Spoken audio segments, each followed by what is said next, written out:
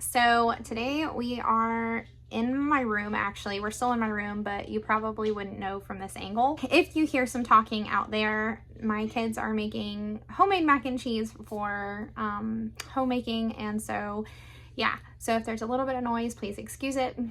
There is mac and cheese a-making. So today we are just going to jump into the video. I'm going to talk about one of our storage solutions for a lot of books in small spaces, because I know that there are a lot of homeschool mamas out there that might not have the big room. We've done that. We've had the big room for homeschool, and then we've also had a tiny closet. So I'm going to talk about what we've done as far as for storage solutions for keeping all of our books. I'm going to show you what my husband just built, and I'm going to try to get an accurate total of how much it cost for the things that my husband made. And yes, so from there, we're just going to talk about that. We're going to jump into the video and come along.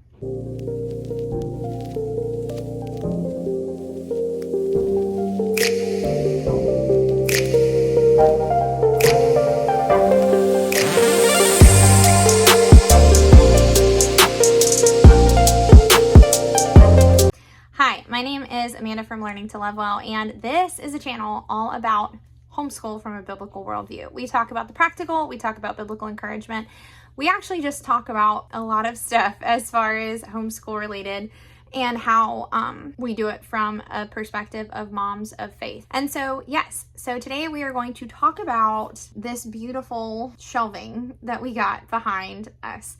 So a little recap, if you are new to the channel, my husband and I have 4 children.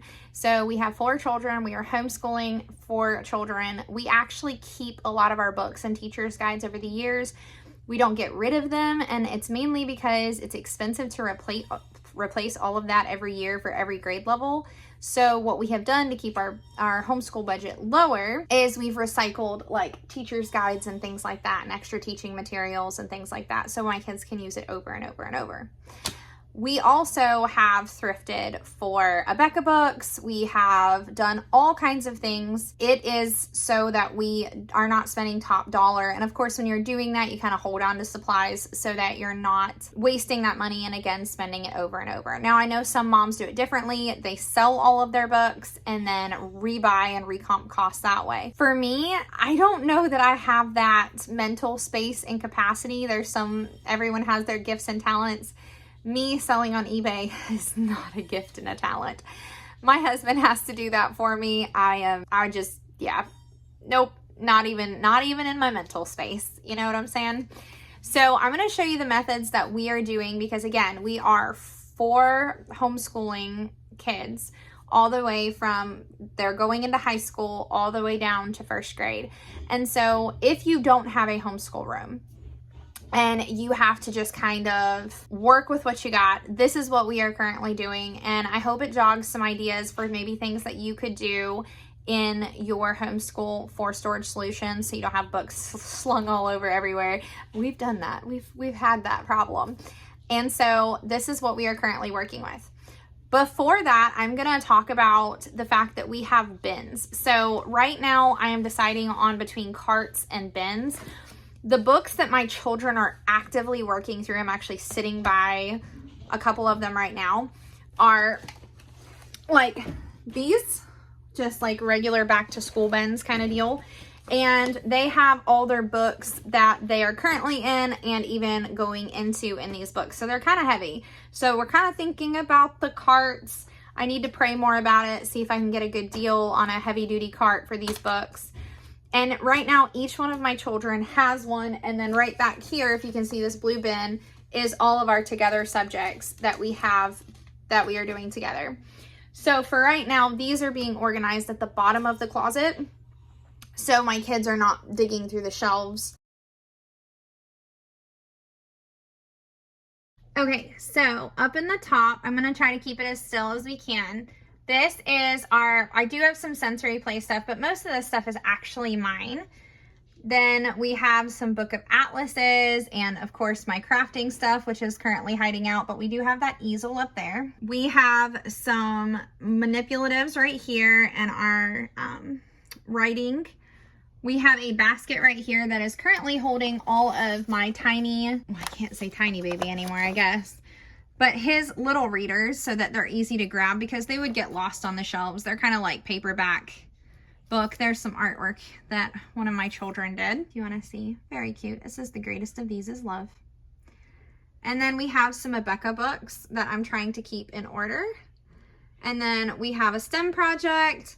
We have our biology lab kit back there for this year coming up. We have this one is our forensic science lab kit.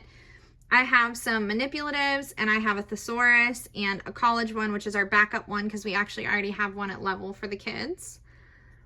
Then, like I said, our amazing amounts of teacher's guides. Then we have our Answers in Genesis book, and then these are phonics readers for Horizons. And then we have our Abeka set of books. And I just stuck this in here. I have to find a home for it.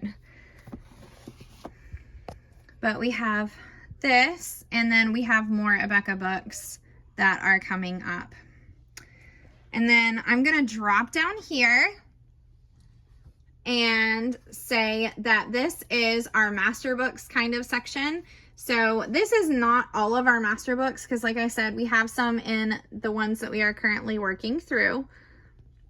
But our master book section, and I have grades that are like 2 years ahead of them.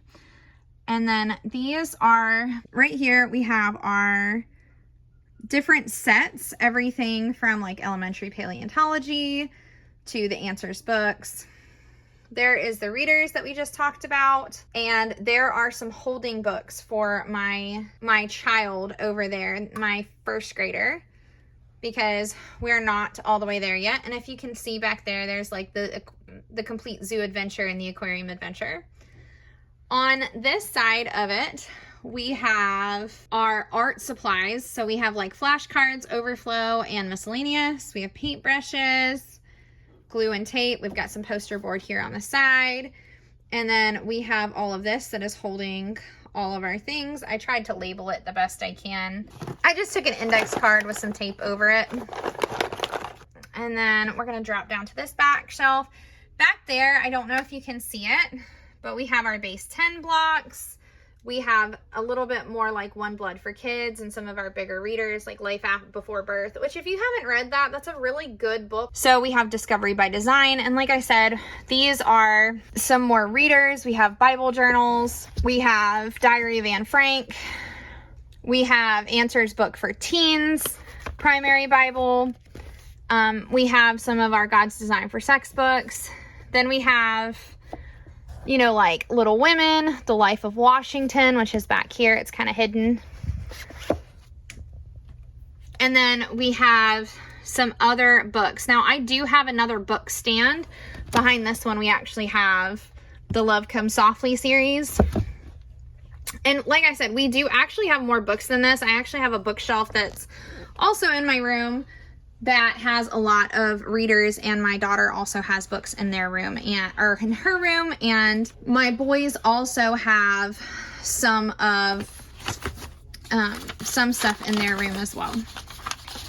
And so then we come down here in the corner over here, which I know the floor is going to look super messy. So again, we're still looking for solutions for this, but this is a really good start. Down here we have like notebooks and stuff for like composition books and stuff like that. This is my eldest's bin, which again, this is why we're considering carts, because this is pretty heavy to move. My second eldest bin, my third eldest, and my first grader. So over here we have our supplemental, or not our supplemental, our together subjects. And then over there, like I said, we have Answers in Genesis, and there's my gift bags that I like to keep just in case.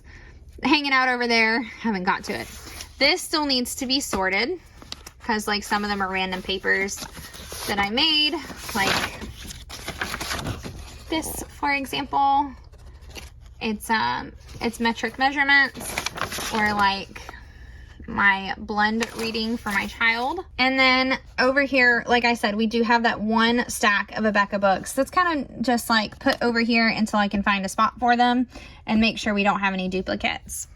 Okay, so now you've kind of gotten a tour of my homeschool closet. As you can see, it's just a regular standard closet that you would have in a home. This is what we've done to kind of get our books out of anywhere around the house and that we can find all of our homeschool to one closet. Now, obviously, if you don't have a closet to put all the homeschool books in, do the best you can. You could put stacks underneath the bed. You could put rolly carts underneath, like those rolly bins, and put the homeschool books underneath each child's bed. You can get very creative with trying to make all of your homeschool be organized and functional and not all over your house. I think one of the hardest parts about homeschool is the fact that you do have all these resources in your home, and maybe you're like me and your home isn't huge. We've had the homeschool room. Actually, there was one house that we lived in that had a 4th bedroom, and at the time we used it. I mean, the kids would use it as a playroom / homeschool room, and it was nice. But I will say this, like, if you don't have a lot to work with, pray about your storage solutions, because it is amazing how God can take one little thing and make it a huge blessing. Like I said, this, I'm gonna double check, but I don't think it was more than $150 for this whole closet to get redone, which, you know, I know for some people that's a lot of money that might be saving up. You know, for us, it was, you know, we had to wait a little while. We didn't have the ability to do the project right away. But I am so grateful to the Lord that we got this project done, because it is so nice to be able to come in here and find exactly the curriculum that I need. The kids are enjoying having their one little bin for their own stuff so they can find everything and they know exactly where to put it back, and it just keeps it neat and orderly. Again, I know that not everyone might have a closet available. There are so many ways and so many creative things that you can do to make it functional in your space so that you don't feel as cluttered with books in the space that you're at. Maybe you have the whole room, which is awesome, because then you can just shut the door and when homeschool's over, we're out of that room. But if you don't and you're working with a small space, even having a backpack, if you're not keeping all the books like I am, even having a backpack in the room and just putting all your school books in the backpack at the end of the day, or some central place. So 1, you don't lose the books, and 2, it makes you feel like you still have your house and it's not overrun by books. Although I do like some books, you know, it's beautiful. Having access to books is a blessing. But just in case you were looking for a good storage solution for it, this is what we're doing. Again, it's not perfect. You saw the stack over there, and you saw how I was just keeping some of my composition books for extra. It's not about perfection, guys. Learning how it's best functions for the mom and for the kids and whatever makes it easier. So with that being said, I'm gonna sign off. I'm gonna go hang out with my family, see how that mac and cheese is going, and yeah, but I just wanted to show you my new upgraded homeschool closet and give you some ideas just in case you are looking to do the same.